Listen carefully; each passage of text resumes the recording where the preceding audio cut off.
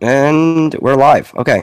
So, people, welcome back to the book club. It's been a few weeks, or I guess, not very consistent, but we are ready to tackle chapters 17 through 20, as I believe I said last time. Yes. Was that what this was? Yes, that is what this is. So, we are finally on Magrathea. It's important. Very important. I'm trying to remember exactly where we are. I didn't really bother to brush back up after the last week of reading. From the last, I remember we were at the point where we were like, it was at the cliffhanger just before they went into Magrathea. The bowl of petunias and the whale, right? Yes, they had heard chapter 17. They hear the message from Agathea, and the missiles are sent up, and then Arthur decides to go ahead and push the improbability drive, and then the missiles turn into a bowl of petunias and a surprised whale. Well, we haven't even gotten that far yet. That's still like in chapter 17. Chapter 17 just starts out with Arthur getting the tea. Oh, you were talking about beforehand. Well, we're supposed to be doing yeah, but yeah, you could the chapters that we've read. Never mind. I was just brushing you up on what we read, and since you haven't read it in a while, I just read it right before this. Yeah. Or I skimmed it. Yeah, so that happened. They ended up landing on the planet. We found the opening underneath the crater that the whale created. The poor whale. That much I remember. His lovely thought process of falling. Yeah, that's wonderful. And everybody goes down into the Arthur and Marvin. They find some technology, some interesting equipment and stuff, and I think it leads us off with Arthur meet the man. No, Zaphod and right before that. Trillian and Ford get knocked out. Okay. We haven't gone back to Arthur since then. It ends with them in the tunnels. Okay. I know the last we saw Arthur, it was talking that he was about to meet the man, but he just didn't get to that point yet. Not in chapter 20. Yeah. Okay, so with a short wrap-up of everything, where do we want to start? I guess 17. Mm-hmm. With the existential experience of the whale. We can do that. How, in a very short period of time, the missile-turned whale... Or no, that was 18 that had... that was 18, yes. Before that, with reaching for the improbability drive. Yes. We could start out with Arthur trying to get the tea and how there was a drink machine that just created something that fit your taste buds. However, it just always ended up making the same thing, which was suspiciously like tea. Well, I think it's basically trying to tell everybody that, tea will satisfy you. Sure. We'll go with that.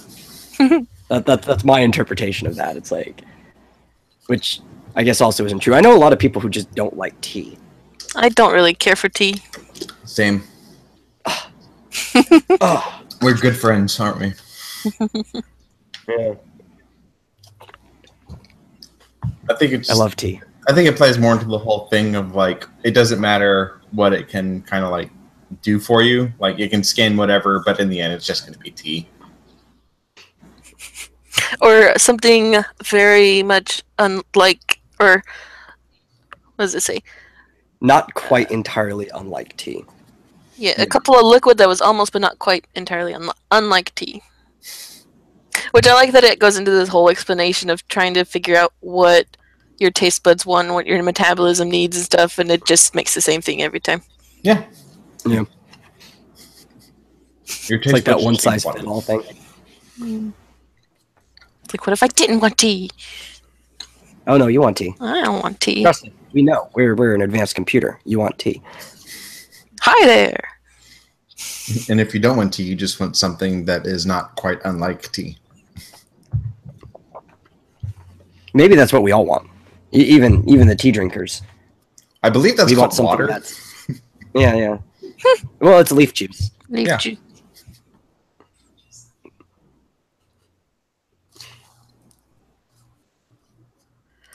I just like that it goes in. Zaphod starts explaining that Magrathea has been dead for 5 million years. Right after that. That's a long time for a legend to stand. Yeah, I guess. I don't know. It definitely seems long from our perspective because We're only we just haven't even been around that long. a few hundred So there's thousand no... years, right? Yeah. So Recorded there's no legend that could possibly even be a single million. And recorded history is only like 5,000 years or something like that. That depends on what you qualify as recorded history. Yeah. Between I guess- 5 to 15,000. I guess cuneiform would technically be considered recorded Perceive- history. I mean, Or and it is a painting, form so of you- writing that could be read. So That just boggles my mind to think about advanced civilization dying, quote unquote, but the legend spans for 5 million years. I think it's more impressive that their recording capabilities could last 5 million years That is true. without maintenance. Well, it is And a that these, luxury planet. Their thermonuclear missiles could last that long too, without maintenance or anything. If we put one of our missiles in the ground right now, Yeah. it would probably become inactive within the next couple hundred or so. Yeah.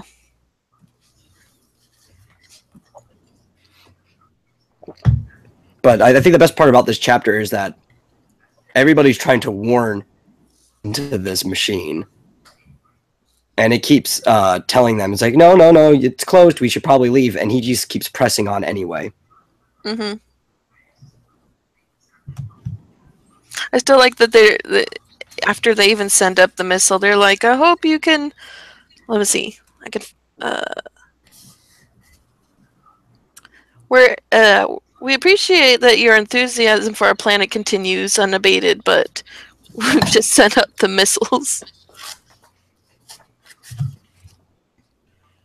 And we look forward to your custom in future lives. So they're still happy about it, even though they're just about to kill you.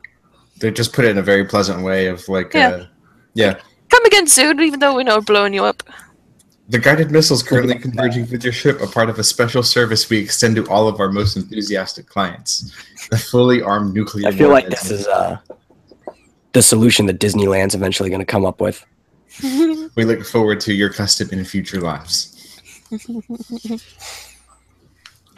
This is totally... Like, that just strikes me as something the Walt Disney Corporation would do. Sending the security on you. But, you know, like, thank you. Have a wonderful time. We're gonna lock you up now.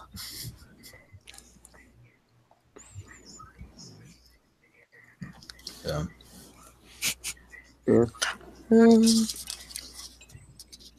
And I also appreciate that Arthur, who's had the least experience with any of this, is the only one smart enough to go ahead and press the improbability drive because nothing else was working. Yeah. He's had a day to process all of what's going on.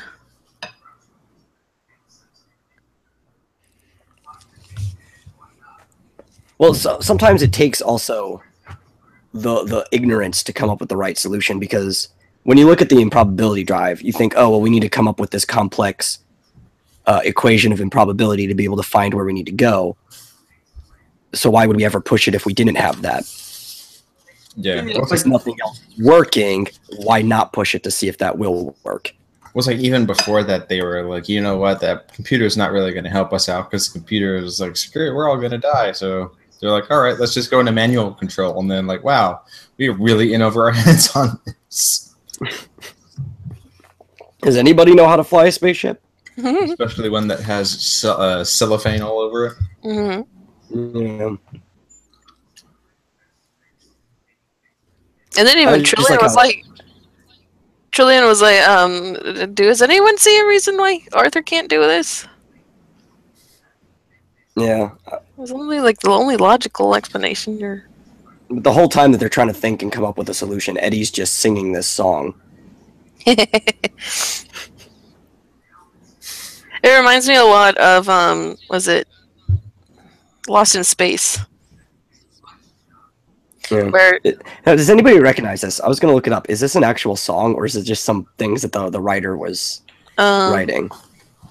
We can look it up right now. Give me a sec.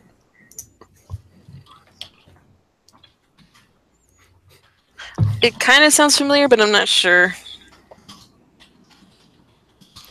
Because the whole time he was singing in my head, especially because they mentioned that he crooned it and stuff, I'm just getting like this whole old, like Roaring '20s style of music. Maybe even like something you'd hear in a BioShock trailer or something like that.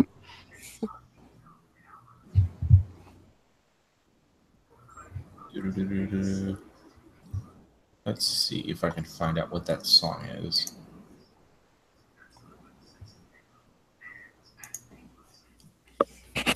But yeah, it just reminds me of the Lost in Space, or at least the movie. I never saw the show, where they had that capability of warping somewhere, but they didn't know where. But they're about to drive into the sun. So you're either going to die or go where you don't know. So if I'm right, Those are my only two.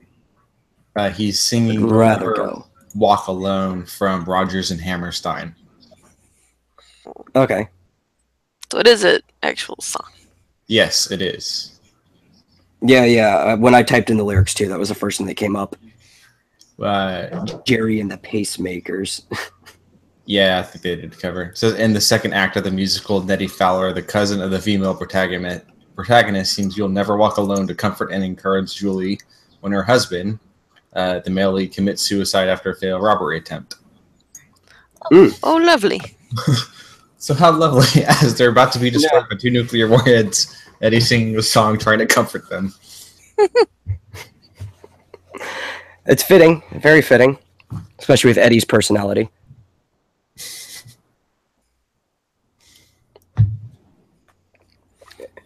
Which we'll hop back on Eddie's personality later too, because that's a funny one that come up.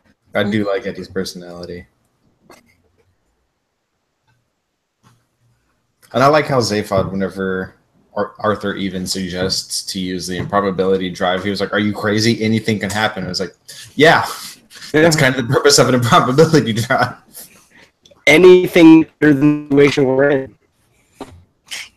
Yeah, you either die or you might die. Yeah, it was like basically with this whole the last election, the way that pushed. It's either you vote for the Den of Lions or you vote for the probably a Den of Lions. Between those two, which one would you probably go with? There's a slight chance the other one's not a Den of Lions. I'd go for the improbable one. Vote Cthulhu. Why choose the lesser of all evils? When you can Yeah, choose if you're the gonna sum be of evil, at all. least pick the greatest. Why choose the lesser whenever you can choose the sum? Then my vote goes to Azazoth. Our existence will be null and void. There we go. Because it now is Yeah. void. From all comes Azazoth, and to all will be again.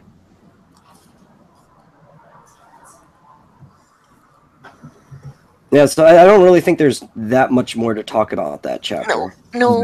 No. Yeah, he hits it. Missiles are coming because of their enthusiasm, and then Arthur presses a button. And now we're back in the Heart of Gold, We are. which is canonly vaguely different but the same. They're enjoying their nice view of the sunset. Yeah. I like how the thing is like, well, we kind of had this clean, sleek chamber before, but now it's like green and blue pastels, a random spiral staircase that doesn't lead anywhere. The computer terminals are all different. And it's like, well, this is still the Heart of Gold, but it's not quite the Heart of Gold. Yeah, it's a much more lovely, like, sunscaped garden.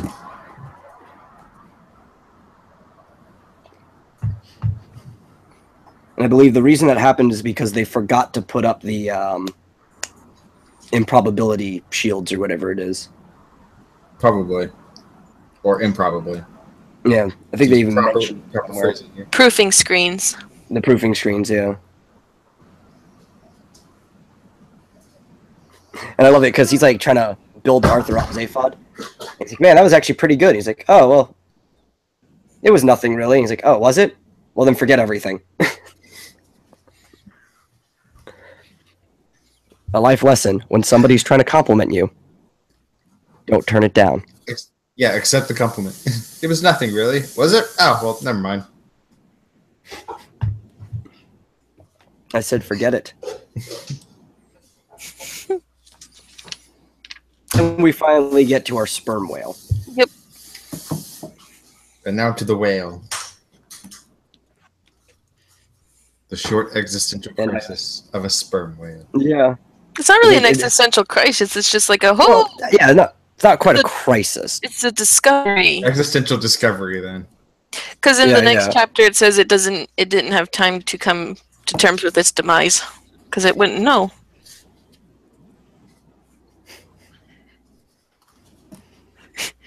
Or the very fact that it knows these things instinctively. Like, oh, I'm going to start naming things, but how do you even know language anyway? Yeah. It just come into existence. Problems less with the naming of certain things, because then you could always be like, oh, well, it has its name, and then we translate that to tail and stuff. My problem is when it comes to ground, because he works it out of the word round. Yeah. And all he had ever known at that point was air, was wind. I wonder if it'll be friends with me. Yeah. Like, how did it even have concept of friends? Because it's just poof, it's here, it's falling. Was like, how did he have? How would it have a concept of anything? Yeah, even himself, because most whales start from the zygote like any other large living creature, and then eventually grow to whatever size they are. And this thing's just suddenly being. See, part of me is just kind of like thinking that it had been misplaced from like Earth or something, that it was just taken from Earth in place of a missile. But Earth isn't there anymore, so that thought just went completely out. But the improbability hits all points of time. True. But I like to go with the last Thursday principle, right? And that's where you can't be sure that the whole universe wasn't made in the state that it is, with all the memories and things of the past last Thursday. So with that principle in mind, I'd like to think that this whale spawned with all the memories of what a whale would have had prior to that point.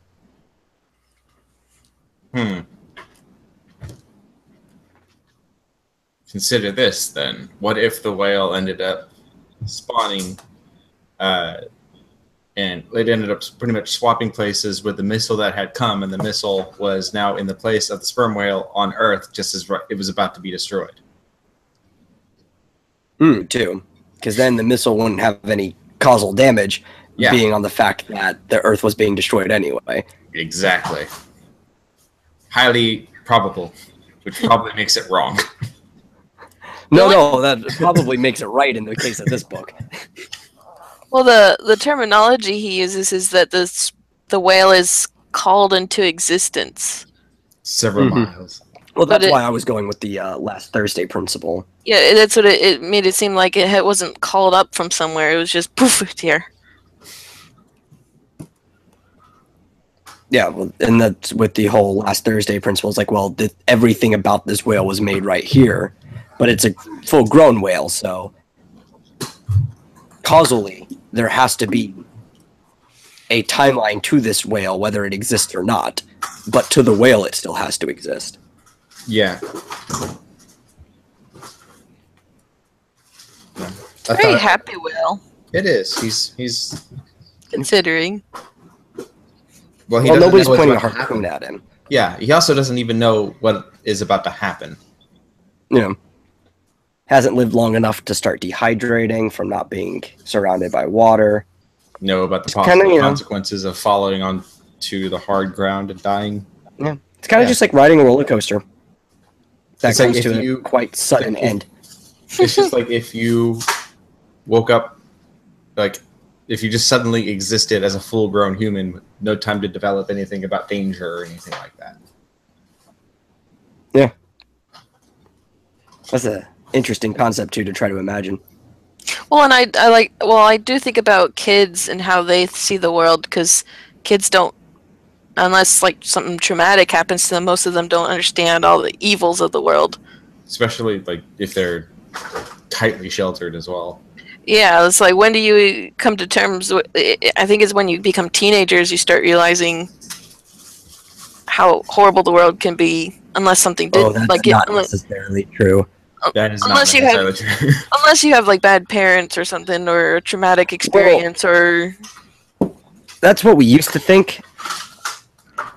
But it's actually kind of more, everything's not quite equal, but there's a heavy play on both nature and nurture. There are some kids that are just rotten to the core if that's not raised out of them. Yeah, some people are just born dicks. And honestly, you would think that would be more common than not. Because from a logical standpoint, there's no reason not to be a dick unless you're put into the circumstance that you realize being helpful benefits you more. Yeah. Well, I'm thinking too of like a 5-year-old. The worst thing that could ever happen to a 5-year-old, on average, is like they fall down and hurt themselves, or they don't get the toy they want. And then you grow up and you realize they could be beat up by another 5-year-old. Yeah. Yeah, unless there's which happens all the time. Yeah.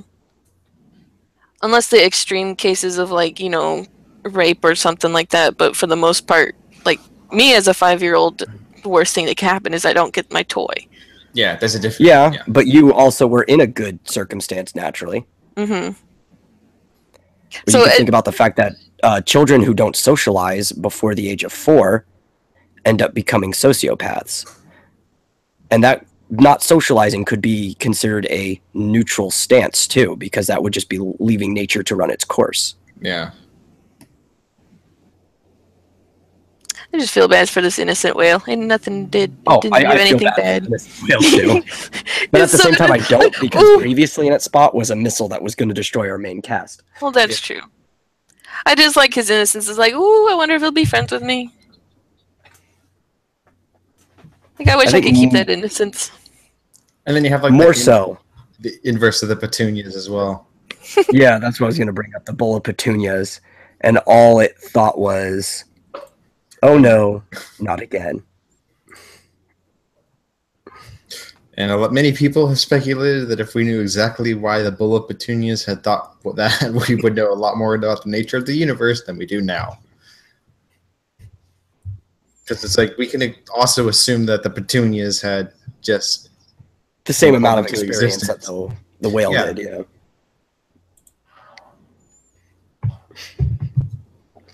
I've actually thought about that a lot, and I still haven't come to a good conclusion yet. And I've been thinking about the bowl of Petunias thing since I first read the books back in high school, and since I saw the movie brought it back up.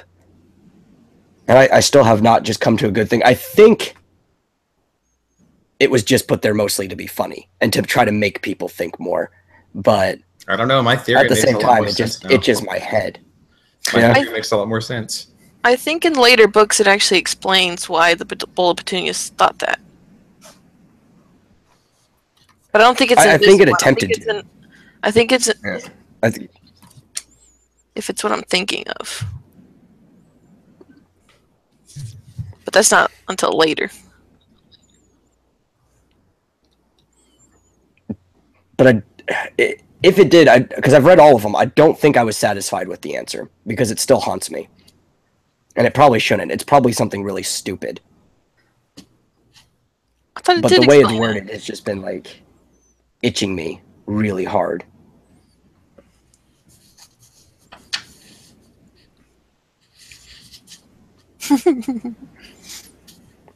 But that happens to me with books. I overanalyze things probably more than I should.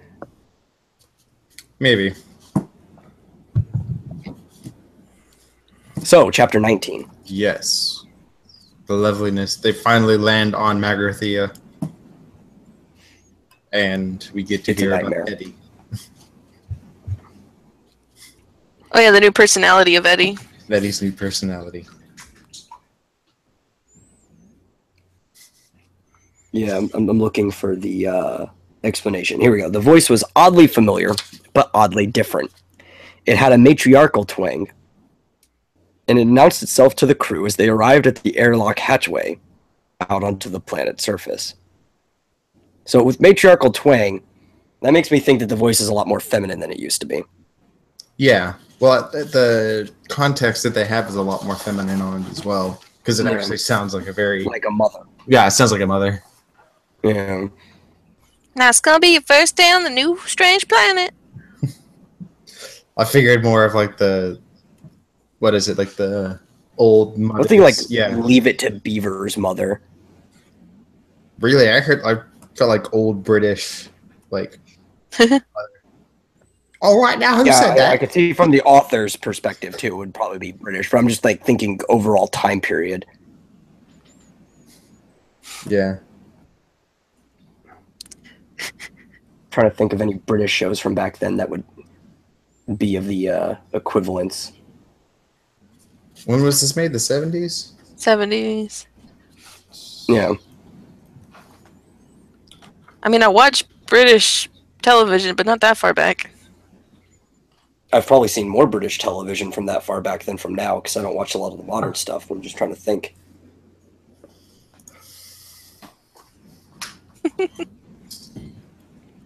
It's been a while.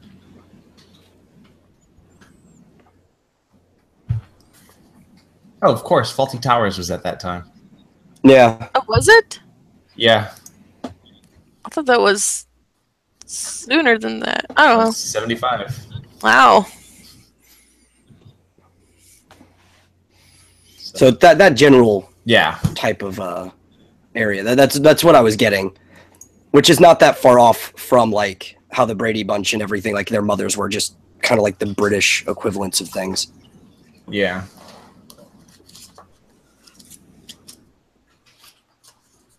I just like Ford's coping mechanism. I sometimes want to do that at work now. Just counting. It's just not acting up. And I like that they say it's the equivalent of saying to a human, blood, blood, blood, blood, blood. Because numbers are what make up computers thinking, basically. Or yeah. Oh God, muttered Ford, slumped against the bulkhead. He started to count to 10. He was desperately worried that one day sentient life forms would forget how to do this. Only by counting could humans demonstrate their independence of computers. I mean, he's not wrong. Yeah. There are people who do not know how to count. Yeah. Calculators, man. They just use their phone for everything. Yeah. I still remember being a little kid and learning about how to count to 100.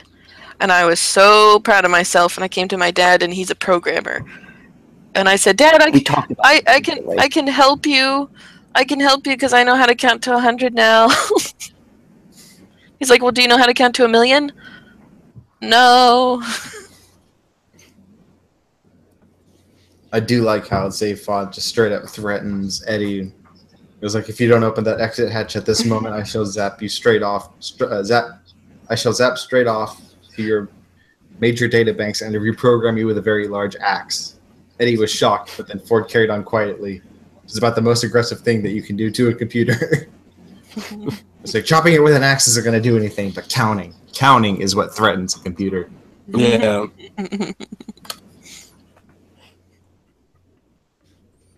I don't know, if you took an axe to the major data banks, that would kind of like be somebody holding a knife up to your forehead.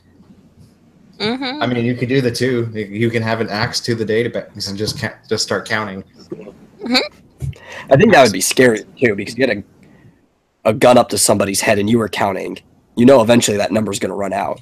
I'm pretty sure that's just like a horror story for computers of a man with an axe, and all he does is just count. All he does is just do math. And then you're trying to figure out what prime number is he finally going to stop at before he starts hacking me away. His one-liner is a Boolean.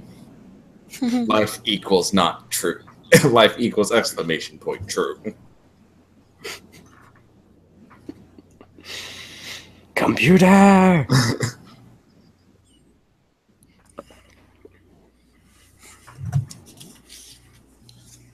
Anything else we can discuss from 19? Probably not. I don't know. There's the white mice, which have escaped.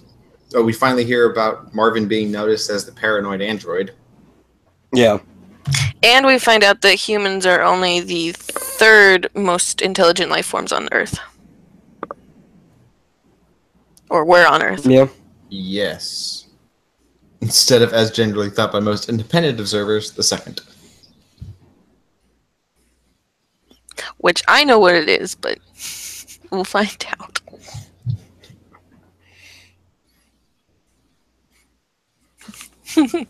Which is a funny notion for most people reading, because I think, one, we're pretty sure, at least from what we've come in contact with, but it is widely regarded by humans that humans are the smartest creatures. But, right, that's like your brain saying it's the smartest brain. Well, of course it would say that. It's the brain. Yeah. Shh, don't listen. The brain also I'm saying the it's smartest. It's the most vital organ in your system. It's like, well, possibly. You could still sustain as a vegetable without your brain, so how vital is it? It's stuff like that that makes me terrified about the whole brain in the jar kind of theory. Or the Matrix theory, as it's probably more popularly known. Yeah, we could all jars hooked up to a network. And we might not even be hooked up to a network. It might be just us. Yeah. One of us could be the real one, and the rest of us are just illusions of that matricy.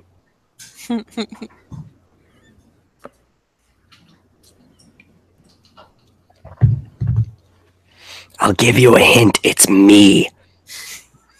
Sure. Let's go with that. Yeah.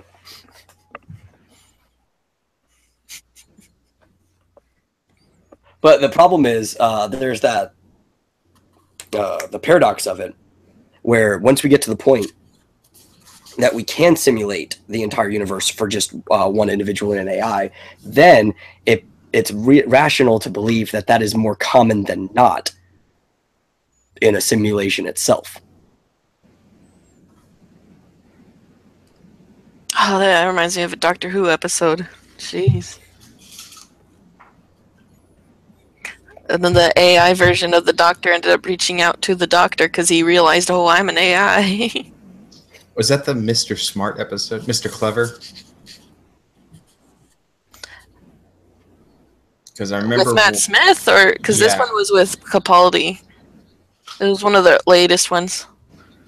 What season was that? Because I haven't seen season 10 at all. The latest one. Okay, I haven't seen it. It was, the basic premise is these aliens were trying to figure out how to exploit Earth, and so they ran a simulation of all of Earth's history. And the whole episode was based on these people, and it was the Doctor and his companions and everything, and they finally realized we are an AI, we are a simulation. And the simulation Doctor ended up sending a message to the real Doctor, because he was able to realize he was smart enough. Oh, this is a simulation. That actually sounds like an episode of Rick and Morty, too.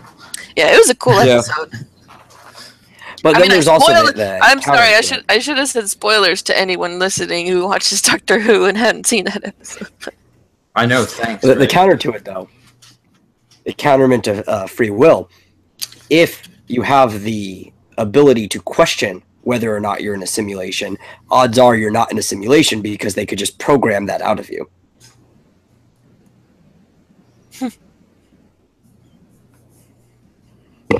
We need AI rights. That's what we need.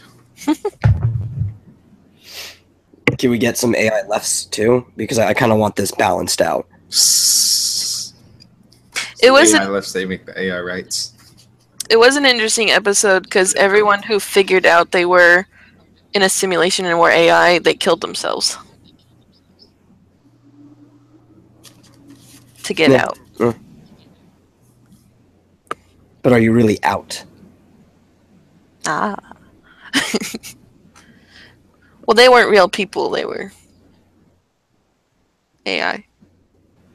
Well, that's the problem too, right? So you have to define what's real, because if your experience is still real to you and your experience still ends when you die, then why not still treat it like it's real, because you're still having the experience regardless?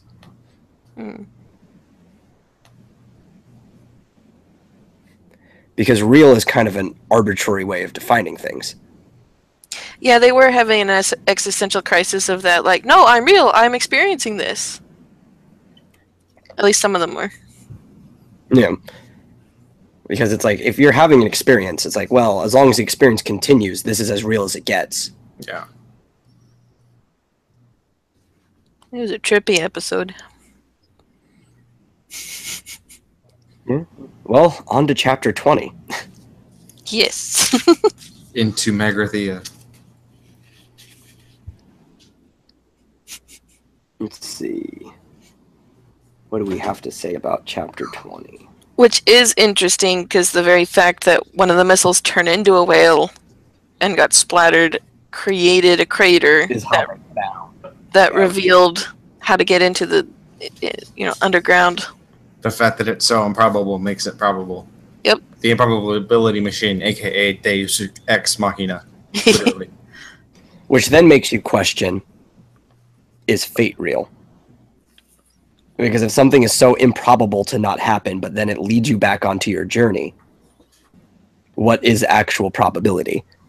I think it's like 25% fate, 75% dumb luck. Yeah. And like 0.1% coincidence.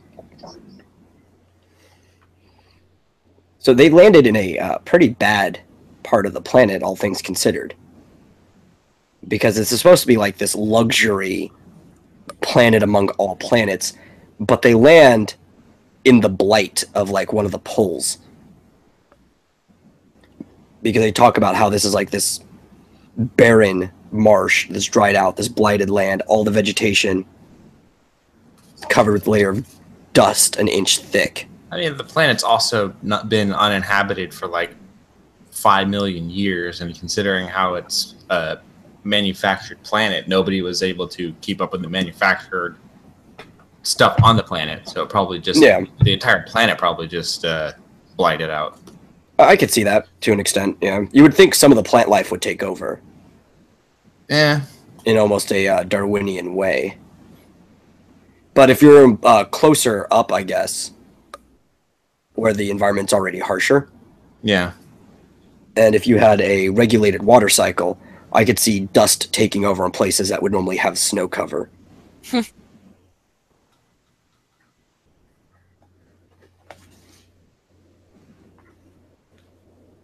I do like how we go into Zaphod's thought process.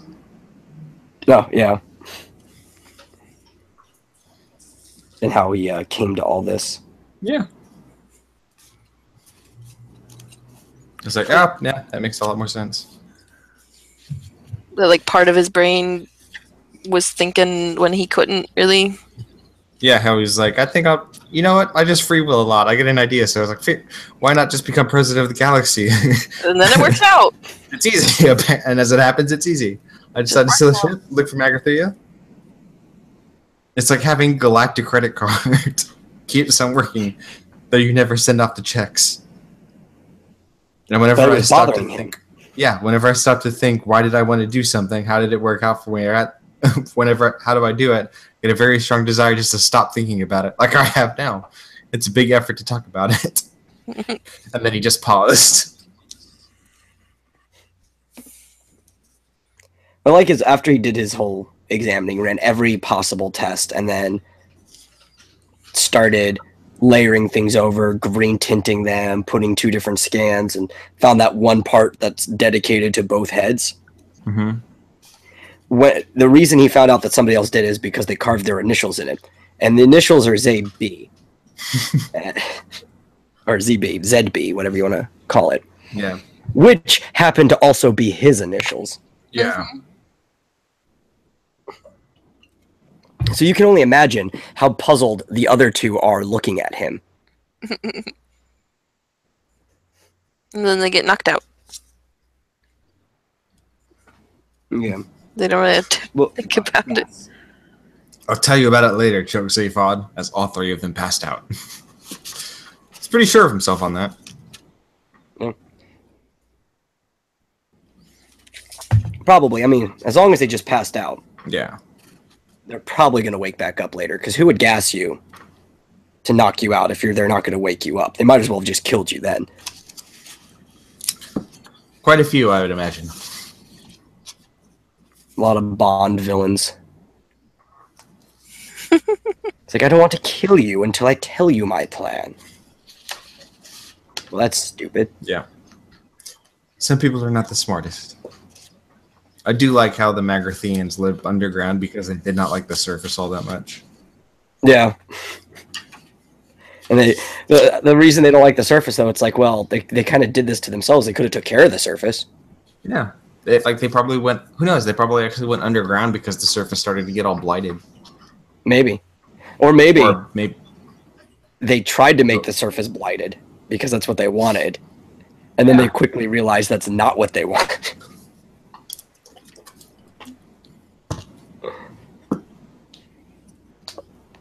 Who knows? Who knows? Magrathians don't make much sense anyway. Yeah, I mean, it's not like we can really ask them. Not existing. We could, but to do that, we're going to have to be able to... that could construct AI based off of characteristics ripped out of literature. And this seems like it's going to take a lot more effort than it's worth. There was a Black Mirror episode like that. Was there? There's a Black Mirror episode where it can take your profile, like on their version of Facebook, and it could create an AI based on just that. Oh, wow, that one. The boyfriend one? Yeah, the one with Donald Gleason in it. I remember that one. That was a good one. That's a good series. So. But then it got, weird, because it's like, you're not really him, but you sound like him, and you act like him, all just from his profile information. I need to well, that would be really uncanny to meet somebody like that, because people are different on the outside than they are on the inside, like expressively. Mm-hmm. Yeah. And social media, as long as it's one that has your actual face and name attached to it, so you don't start playing up an image, will be closer to the mask you naturally wear. So people will see what they normally see from you, but because you're not the one piloting that mask, it'll feel very slightly. Yeah. Which happened to the girlfriend, because she ordered an android that looked like him, and it had the AI, and it also took things from like his phone and stuff, and then she was like, this doesn't work because you're not him. Yeah. See, there's at some point where they start acting just like you would expect, that you're like, okay, something's off here, and then you just start speculating so much. Yeah. He was pretty much the sum of all the good things that she thought about him, and at that point, he was not real anymore. Or it's like those bots where you could go to a program and it'll try to make a status update for you based off of all your previous status updates. And it vaguely, it resembles something that you would do, but it's never actually something you would put.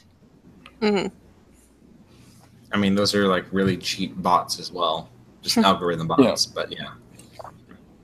Well, I mean, it's the same principle, except layers of algorithms upon algorithms. Yeah. Because that's all we are. I mean, we're neural links that are basically the same thing as layers of algorithms upon algorithms. But we've adapted. Well, and we're also extremely complicated. There's more possible neural connections in our brain than there are stars in the observable universe. I'm pretty sure that even if we developed an AI that would tell us what was wrong with ourselves, we still wouldn't even understand what was wrong with ourselves. We would think that the AI has malfunctioned. Or I don't even know if the AI could fully understand. Like, it would maybe from an empirical. Yeah, from a very strictly from an outside thought process and everything, it probably would, but outside of that.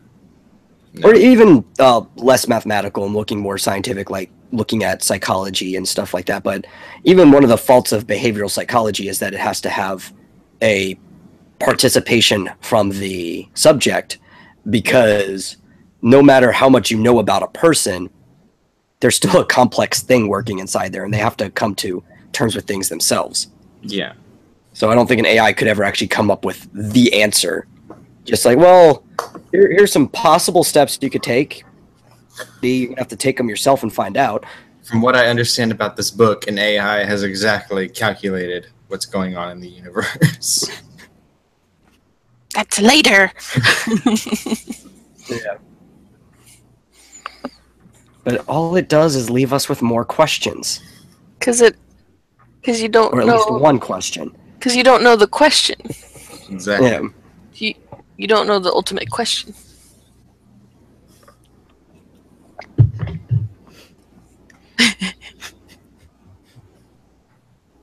Anyway, for those listening, watch Black Mirror. Yeah. Watch a bunch of sci-fi shows. I think that's what we're getting at. Doctor Who. Yeah. I'm not telling you to do anything, so you don't have to blame the host of this channel, just the guests. Well, okay, I'll say it this way. I recommend Black Mirror wholeheartedly. I'm just telling you to read the book that we're on and to stay caught up. Do both. That works. Yeah. Yeah. Oh, and there was something else I was thinking of, and then I was like, ooh, they probably had a lot of influence from Douglas Adams, and now I can't remember what it was. I was reading something, and it reminded me of something else. Oh! Rick and Morty. Oh, yeah. Like, was it Dan Harmon, or what's his name? Justin Roiland. Which one? Well, Dan Harmon and Justin Roiland both make it, but it's more Roiland's pet project than it is Harmon. That's true, but I would very much suspect that they are Douglas Adams fans. Probably. Oh, probably, but who isn't? Well, that's true.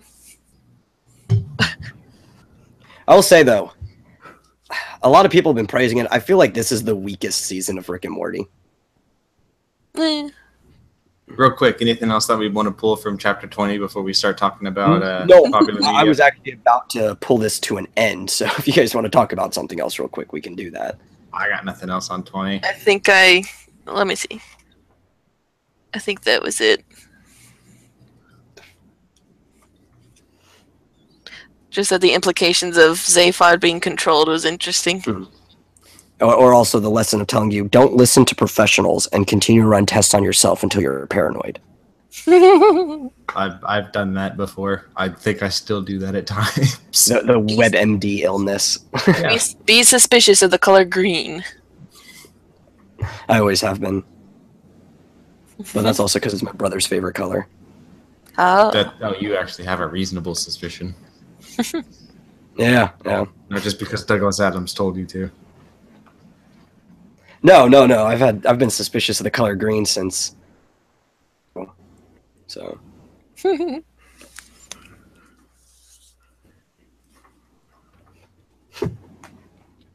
That and like, green's everywhere. You ever wonder like why green is everywhere? With chloroplasts and stuff. There's like this conspiracy going on within the outer kingdoms outside of the animal kingdom, and even within. Look at all these reptiles that are green. Birds. Some of them have green feathers too. People with green eyes, you can't trust them. I don't even think I know anyone with green eyes. I think it's about as rare as like red hair. No, it's actually more rare than red hair. It is more rare than red hair. Yeah, which is pretty especially rare. because the majority of people with red hair, or majority of people with green eye have red hair. Mm-hmm. Though not all, but that is the majority. I think it's like, what, 5% of the population has green eyes, if that. Mm.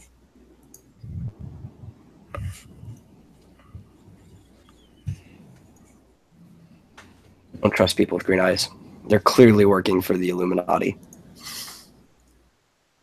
And then there was another TV show that I forget the name of where the androids had green eyes. That's how you knew which ones they were. Green eyes. I think of Big Trouble in Little China. That was 2% of the world's population is green eyes. That's it. Mm. In Big Trouble in Little China, the prophecy said that the evil person had to marry a woman with green eyes. And there just happened to be 2 of them in the city at the same time.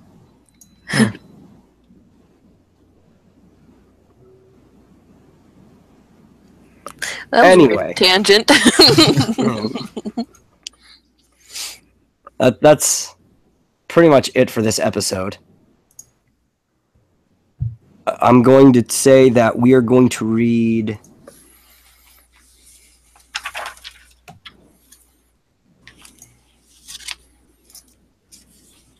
probably through 25. We'll read the next 5 chapters.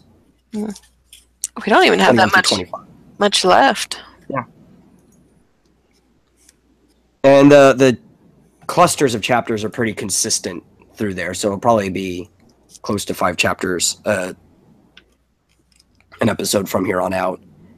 It depends. I'll start previewing some of them too to just see how clustered of information they are. I know there's just like one 35 packet in the middle of there. Yeah, there's just one like cluster that's going to take a lot of time, but then other than that, yeah, we'll probably just do 5 chapters at a time. So we're gonna do 21 through 25 next time. Okay. All right. Anybody who keep up with this? I'll know if you didn't do your homework. I'll know. And we'll see you next time. Bye.